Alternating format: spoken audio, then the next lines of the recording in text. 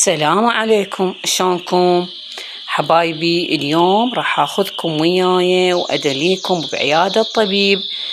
بس قبلها عندي شغلة كملتها وبعدين رجعت العيادة مجموعة اطباء، طبيبات واطباء.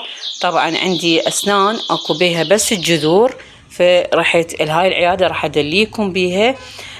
العيادة بالنواب، بشارع النواب، مقابل لوز وجوز وجاردن تشيكن، فوق صيدلية البيادر بالضبط. هذا الباب الصغير اللي تشوفوه مقابل الدراجة. هنا كان اكو مريض قبلنا.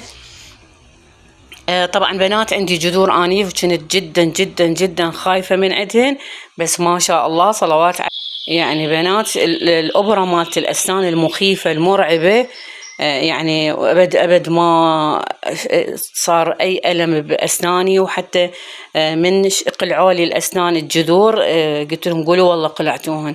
ما شاء الله أطباء ممتازين، وروحوا لهم وقولوا لهم احنا من طرف نور العين أو معالي بالمنطقة الأمين. وإن شاء الله أوافيكم بالفيديوهات الجاية وشون صارن أسناني. ومع السلامة.